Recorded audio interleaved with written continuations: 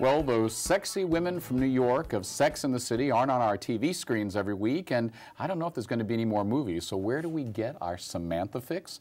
The answer is our next guest, D'Arcy Drollinger of Sex and the City Live. Welcome. Thank you. Now, you're doing this as part of Tranny Shack, right?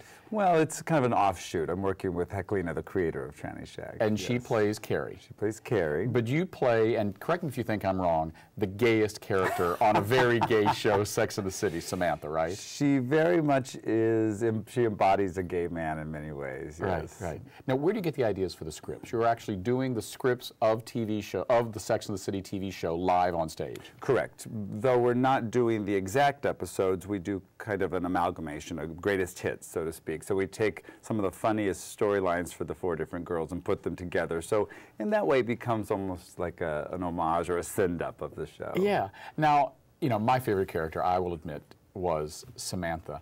And I had someone once tell me, and I think it's true, that the character of Samantha, although she's supposedly a very heterosexual woman, is really like a gay man in drag because she's so gay. I mean, the things that she says and the things that she does is very much, yeah, she is that man in a woman's body. And I think that's why it really kind of, it gathered an audience of gay men and women around that, because she said the things everyone either does say or wants to say. Yeah, so give me a little Samantha.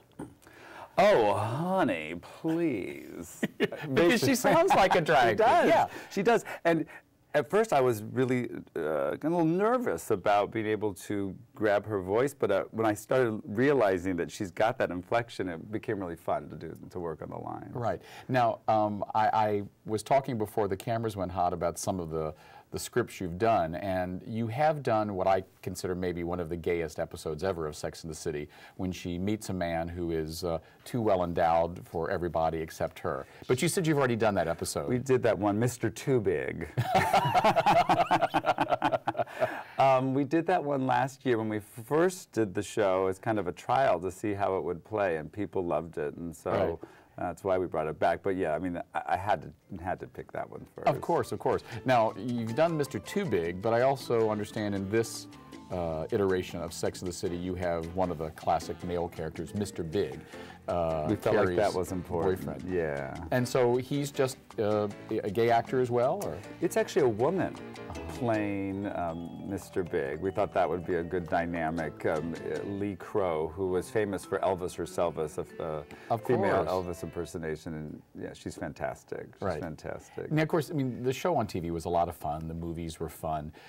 Is there a serious edge to Sex and the City in these scripts, or is it all just total camp? I mean, it is campy. It is fun. It's a send-up. People are going there to laugh and have a good time. But I think anytime you take a show like that and you put it on stage, you almost put it under a microscope. Right. And you know, there was commentary about, are the women too cliche? Are the gay characters too two-dimensional on that show and things like that? And you know, yeah, there is a kind of a social commentary if you want to look at it that way when you send it up. But we're not going to be dealing with Samantha's breast cancer or anything. Oh, we don't go there. We don't go there.